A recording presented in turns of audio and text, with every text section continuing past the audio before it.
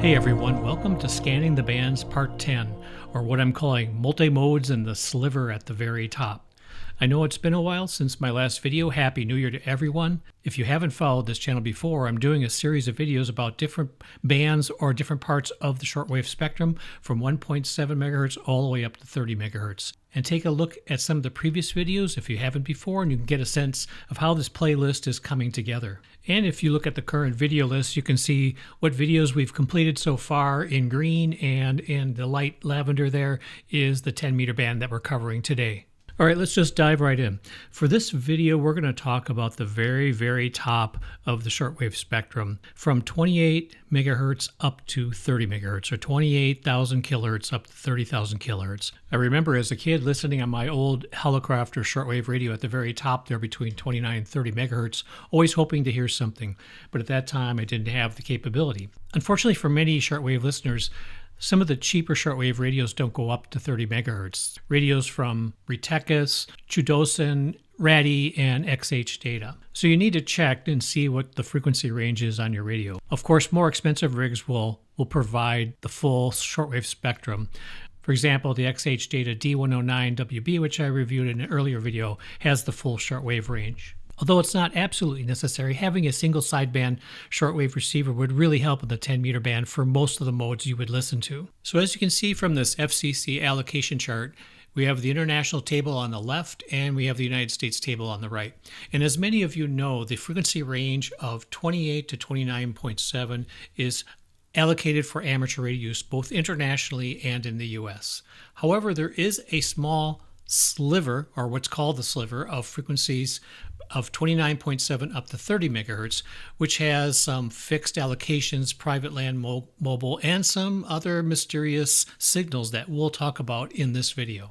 So one thing I should probably call out right away is that reception and propagation on the 10 meter band is very fickle, and it totally depends on the conditions, the propagation conditions, solar activity, the sporadic E layer. If you happen to watch my video of why can't I hear anything in my shortwave, I talk a lot about propagation and the conditions that help with higher frequencies when you're trying to listen. So I urge you to watch that video so you understand why the 10 meter band might be very active or might be completely dead. But also, it also depends on how much activity is on that band. So one of the things is it tends to deter people from using it. As you can see on this post on an amateur radio forum, when things are really active and conditions are pretty good or great, you'll see something like this. So what you're seeing here is the 10 meter band during a worldwide amateur radio contest.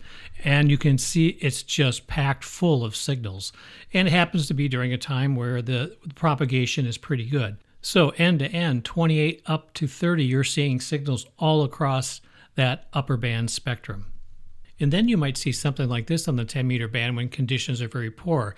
Like when I got back into shortwave back in 2017, the solar conditions are absolutely terrible. And this is what the spectrum looked like all the time. And every once in a while it would pop up when sporadic E conditions were good. And this is also what the 10 meter band looks like at night. So really depends on the conditions. So one of the first things you could do when trying to listen to this band is to listen for beacons. And there's two types. There's the International Beacon Project, and then there are a number of amateur radio beacons that span a set of frequencies in the 10 meter band. So when you want to listen, you're going to want to tune into those frequencies, see if you hear anything. And if you start hearing the beacons, then you know the band is probably active. So let's start with the International Beacon Project. As you can see here, as I scroll down, they broadcast around the world, typically 24 hours a day, updating every 10 seconds on 28,200 kilohertz. Now, not all the beacons are necessarily active all the time, but at least gives you a frequency to tune in on and listen on 28,200 and see if you can receive one of the beacons close to you. Here's an example.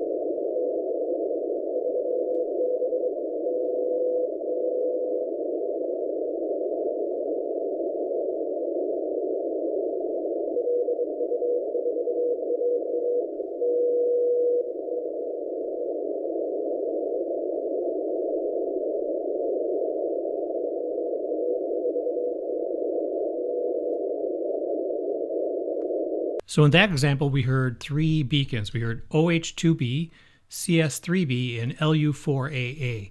One in Finland, one off the coast of Spain, and one in Argentina. And depending on where you are in the world, you could hear any of these other beacons if they're active and conditions are good. So now let's look at the 10 meter beacon list that amateurs are transmitting on. These are low power stations transmitting anywhere typically from about 28,100 up to 28,300 kilohertz. They're low power, and if you hear them, you know that the band is probably active right now.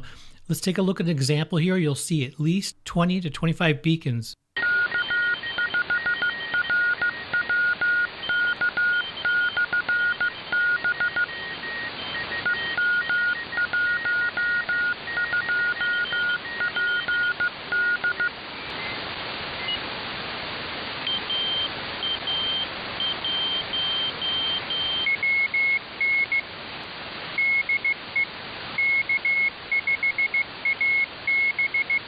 Fortunately, most beacons transmit CW very slowly, so if you're new to CW, it's a good way just to learn and listen. It's not very hard to decode these.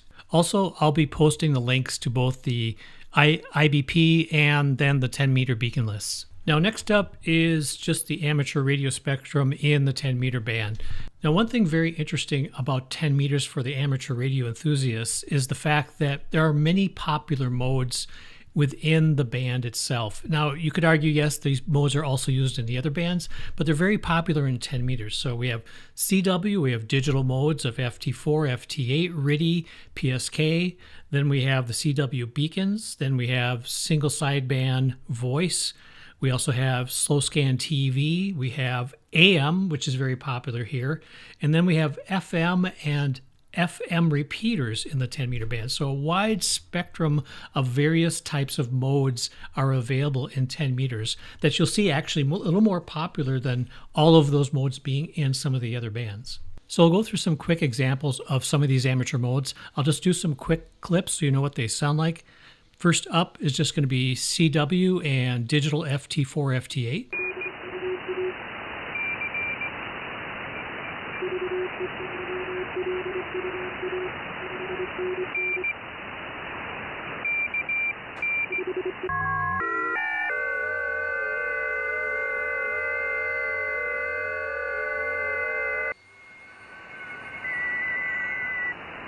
All right, now we'll take a look at some of the voice modes across the 10 meter band. This is going to include single sideband, upper sideband, AM, and FM. And you should be able to hear some of the audio differences between these. Also, there'll be an FM repeater at the end. Okay, Foxtrot 1, TDO 595. Thank you.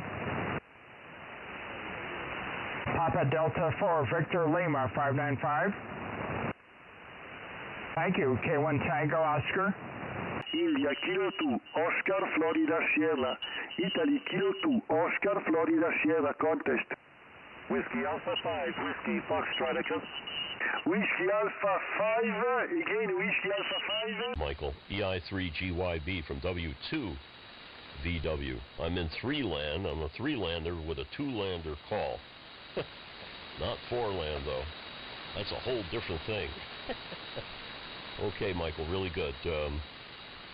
You're 5 and 5 with me at the moment. 5 and 5 with me at the moment, and I think the band is moving around a little bit too.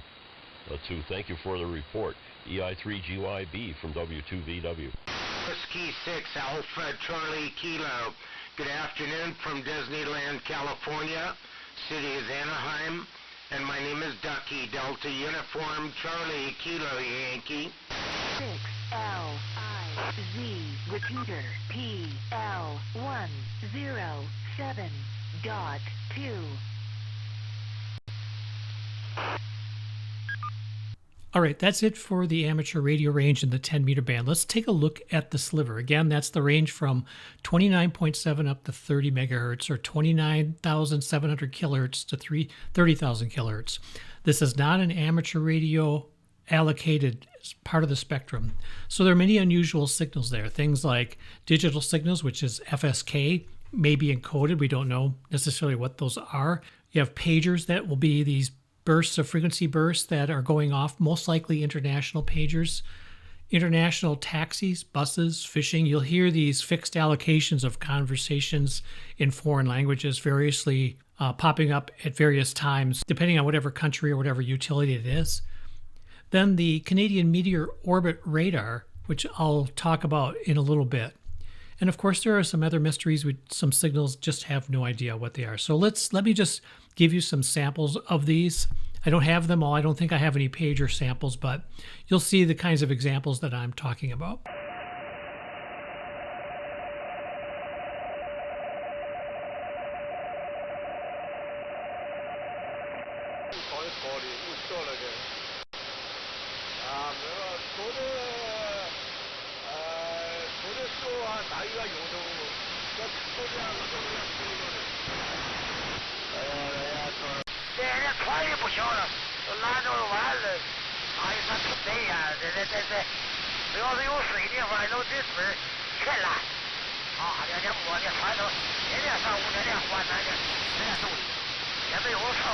And as I mentioned earlier, there's Seymour, the Canadian Meteor Orbit Radar, which is basically transmitting a signal on 29,850 kilohertz. So as a meteor moves through the atmosphere, the collisions with molecules create ions and leave those ions along the trail. Then as you broadcast the transmitting frequency against that, the incident radio waves will actually reflect back to Earth and create an impression of the signal orientation and direction, and maybe some other parameters of the size of the meteor, etc. So there'll be a lot of research projects with this. So let's take a listen.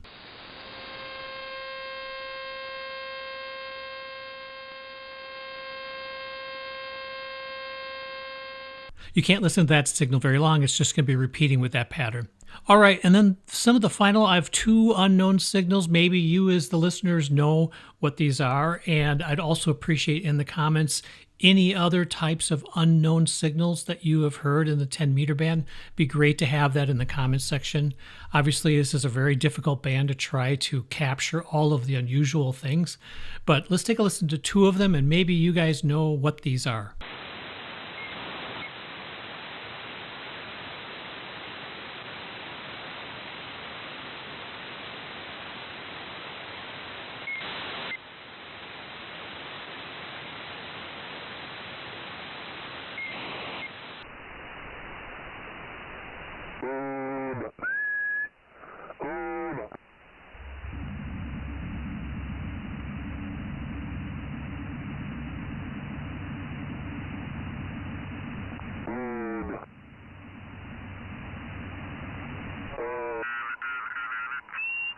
Again, if you know anything else about these unknown signals or about the 10 meter band that I didn't cover, please add it to the comments below.